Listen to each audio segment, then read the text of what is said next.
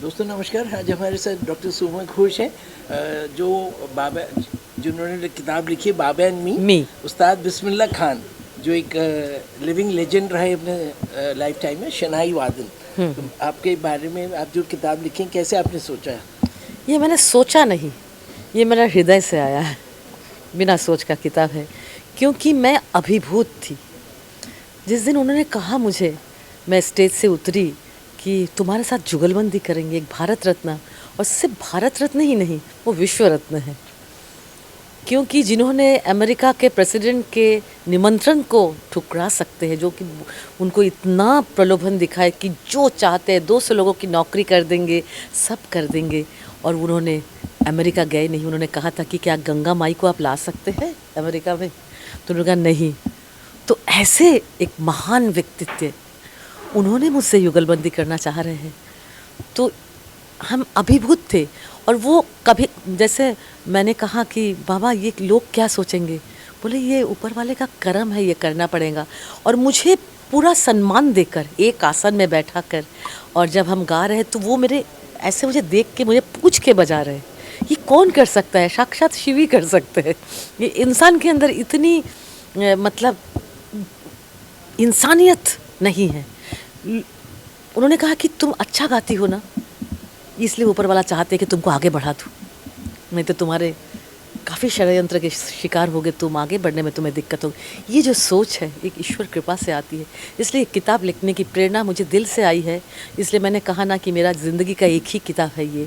और इस किताब की खास बात है, आज के जो बच्चे हैं ना, गुरु शिष्य के रिश्ता को ही नहीं समझते।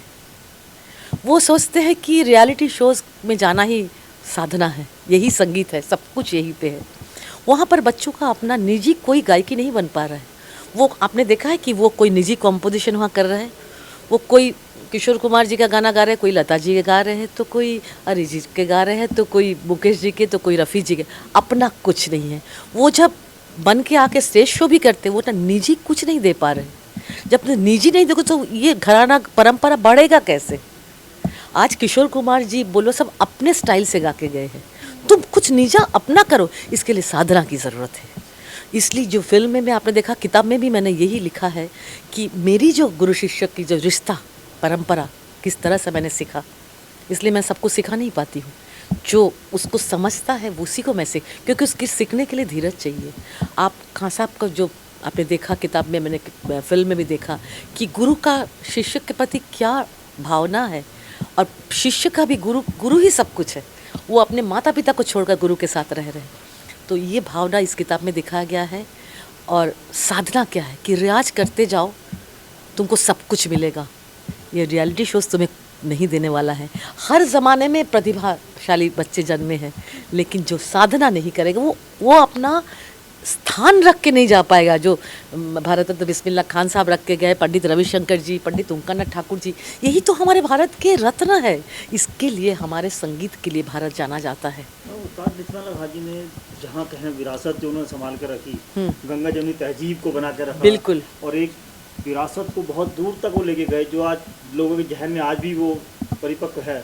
तो उस सारी चीज़ों को किस तरीके से पुस्तक में आपने समावेश किया है, टेबल बुक में दिया है, तो क्या वो उनके साथ उनके ज़िंदगी को पूरा पकड़ा है। और मैं, मेरी जो यात्रा थी उनके साथ 6 साल की, उसमें मैंने उनको महसूस किया है, संगीत को समझा है उनके साथ में। संगीत को गाने से पहले ना उसके साथ परिचय करना पड़ता है कि संगीत है क्या। हम अगर संगीत क्या है वही नहीं समझ पाएगा तो मैं क्या गाना बजाना करूँगी। ये मैंने उनसे पाया है और उस पर ये लिखा है। मैम, परिवार वालों से आपने कोई कांटेक्ट किया जिससे आपने बाबा जी के जीवन के ऊपर एक किताब लिखी? परिवार में उनके कोई एक ही संतान बच्चे हैं जो नाजिम भाई हैं, तबला बजाते हैं। उनके जितने भी लोग परिवार के थे बजाने में, सब गुजर गए हैं। और नाजिम भाई की भी तबीयत इस समय उतना ठीक नहीं चल रहा है, इसलिए मैंने बुलाया नहीं। क्योंकि उन्होंने मुझे ये तो बोला ना, ये ईश्वर का बनाया हुआ रिश्ता है कि कहीं ना कहीं कलाकारों की बड़ा अभिषेक होती है। जिस तरीके से अंतिम क्षण में इनके साथ, इनके पास कोई नहीं था और बड़ी समस्याओं से गुजरे उस दौरान भी, ये देखिए, इसलिए देखिए सरकार की अनदेखी भी कहीं ना कहीं। हम सरकार के क्यों इंतज़ार करेंगे? हमारे देश में सरकार के सिवा भी बहुत धनाढ्य व्यक्ति है। पैसों की कमी है क्या? हम उनसे रिक्वेस्ट करेंगे कि वो आए कलाकारों के लिए। आज कलाकार की अवस्था अच्छी नहीं है। विदेश में जाना पड़ता है, आपको पता है विदेश में कैसे रहना पड़ता है उनको? हाथ पैर पकड़ के बेसमेंट में रहना पड़ता है, फिर वीकेंड में प्रोग्राम होता है, परिवार छोड़कर 3-3 4-4 महीना उनको विदेश में रहना पड़ता है। कितनी दुर्दशा है उनकी, क्योंकि यहाँ पर उस तरह से आप एक महोत्सव होती है, एक बॉलीवुड का जो कलाकार है वो 40 लाख लेके चला जाएगा, फिर बचता ही क्या है शास्त्रीय कलाकारों के लिए? कुछ बचता नहीं है, और पब्लिसिटी भी वो लेके चले जाते हैं। आज जब द्रौपदी मुर्मू जी अपने राष्ट्रपति महामहिम से मुलाकात हुई सुबह, हाँ। तो उनके क्या विचार उन्होंने आपको सामने उन्होंने इतना खुश हुए, उन्होंने कहा कि शोमा जी यहाँ तक पहुँचना, ये किताब लिखना, इतने बड़े बड़े जगह पे गाने के लिए माँ की कृपा चाहिए, और आप में वो पूरा कृपा है, और मैं समझती हूँ आप आगे आने वाले दिनों में भी बहुत ऐसा काम करेंगे। मुझे भी ऐसा नहीं कि आइटम सॉन्ग्स का ऑफ़र नहीं आया था, 30 ऑफ़र्स आए थे फिल्मों के गाने के लिए, लेकिन अस्तित्व और वजूद बहुत इम्पोर्टेंट। मैंने कहा ना, उन्होंने कहा था गुजरते समय कि तुम्हारा गाना सुनकर अपने वजूद को कभी मत खोना, वही तो सब कुछ है। बाद में फिर रोने से हमारा क्या मतलब है कि अगर मैं कॉम्प्रोमाइज़ कर ली, लेकिन बाद में पछतावा होती है उसके लिए, हम वो पछतावा में जाना नहीं चाहते हैं। इसलिए मैंने सत्य की राह में चली, वो गाना गाने से शायद मेरा नाम बहुत हो जाता, लेकिन मैं अपने आप को माफ़ नहीं कर सकती। आजकल युग जो है क्या कहते हैं स्टैंड अप कॉमेडी में ज़्यादा फोकस करते हैं क्लासिकल म्यूजिक की तरह, तो उस पर क्या कहेंगे आप? उनका एक अलग क्षेत्र है। हमारा खाली रिक्वेस्ट है, हमारे शास्त्रीय स्टेज में स्टैंड अप कॉमेडियन को मत बुलाया करो, क्योंकि उनको सुनने के लिए लोग आते हैं, उनका जेंट्री अलग है, हमारा सुनने वाला अलग है।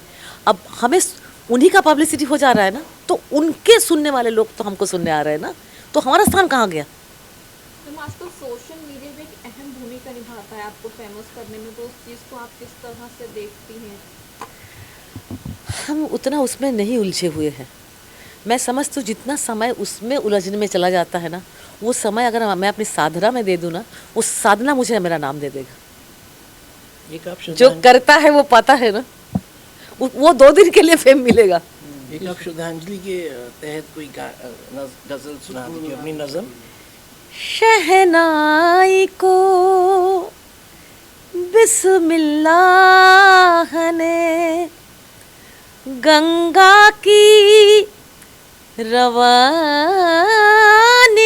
दी, भारत की बनी शान बनारस को जवानी